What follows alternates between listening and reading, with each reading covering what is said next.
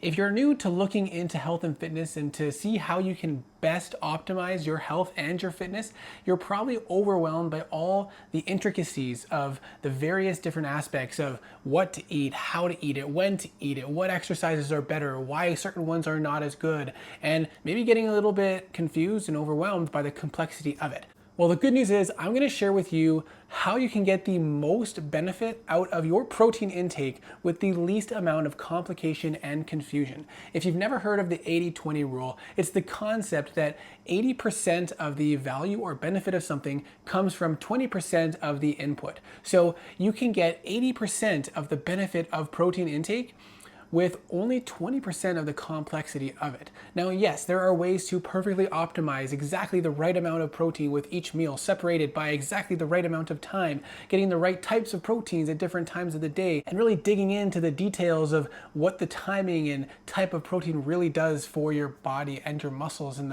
the right breakdown of amino acids within the protein. And yes, that stuff does matter, but to a much smaller degree than what people might think. Now, all of those minor details are not really going to matter if you don't already have the foundation of what I'm going to talk about today. And as long as you have the foundation of what I'm going to talk about today, you're going to be well on your way to your fitness goals, making sure you're getting at least the majority of the benefits out of your protein intake. But before we get into it, let me know in the comment section below what types of things have been helpful for you in order to meet your protein goals.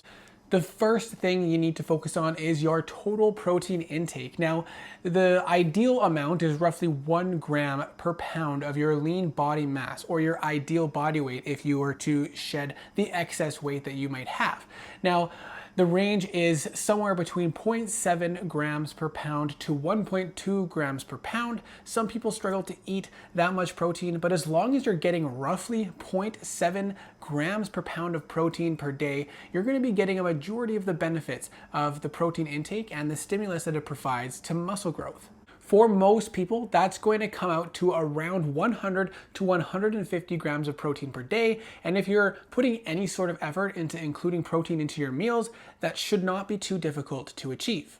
For example, if you're eating 3 to 4 meals/snacks per day, you're only going to need to eat about 30 to 40 grams of protein per meal. And that ends up being roughly a handful size of protein. 1 chicken breast, even a small piece of steak, 4 or 5 eggs, or a cup of egg whites. Now, the second thing to pay attention to is distribution. And yeah, some people say you want to have a protein stimulus every 2 hours, making sure that you're splitting your protein exactly evenly throughout the day to optimize things as much as possible. But really, again, we're splitting hairs. As long as you somewhat distribute your protein throughout the day, it's not going to matter. And in fact, the most important part of protein distribution, in my opinion, is going to be starting your day with a high protein meal and ending your day with a high protein meal. After you've fasted all night long, you want to start the day by giving your body a lot of protein to, ramp up the muscle protein synthesis. And at the end of the day, when you're about to start your fast overnight, it's nice if you can give yourself a large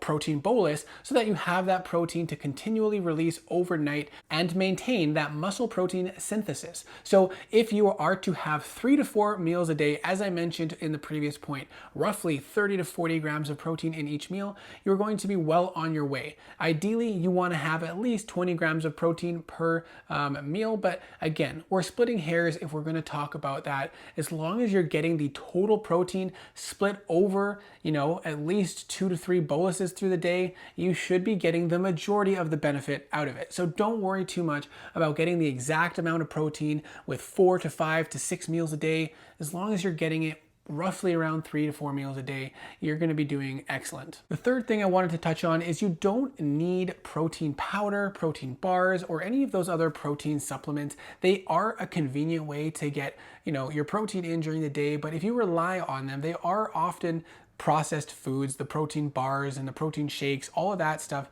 It's preferable if you don't need to rely on those things. And if you are going to rely on something, protein powder is a great way to add convenience to help getting your protein goals. And if you make your own protein shakes or your own protein things with protein powder that's come from a clean company, then that is a great way to supplement your diet. But relying too much on protein bars and pre-made protein shakes is something that isn't necessary. And if you're doing too much of that, you're probably getting more protein than you need.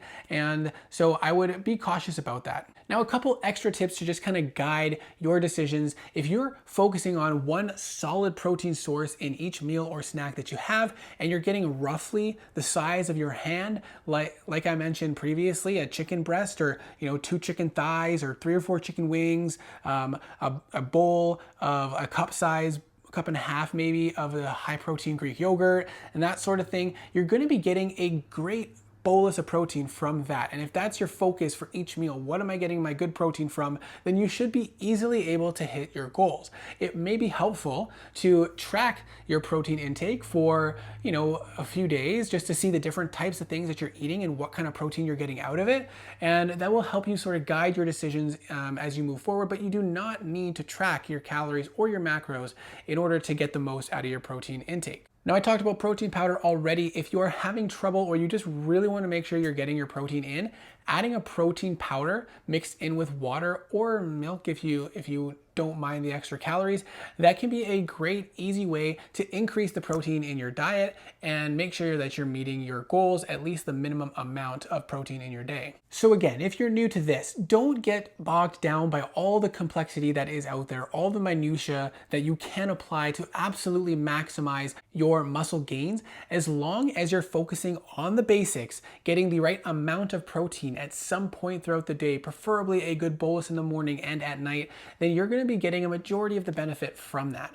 And once you've set a solid foundation and you've been doing it for a while, then you can start adding in more of the complexities if it seems to fit your life. But you don't have to feel guilty if you can't make that, because most of us are not going to be competing in professional bodybuilding, and therefore most of us are going to be fine with about 80 to 90% of our muscle growth potential. You don't need to maximize that. And honestly, I prefer the 80-20 rule, because that means I can do a lot of things really well, even if I'm not a master or expert or the absolute best at one specific thing. I like to have the broad range of things that I can be quite good at, and it allows me to enjoy other aspects of life as well. So I hope that this was helpful. Let me know what your thoughts are, what you've been doing right or wrong, and what kind of things have been helpful for you. And I hope to see you in the next video.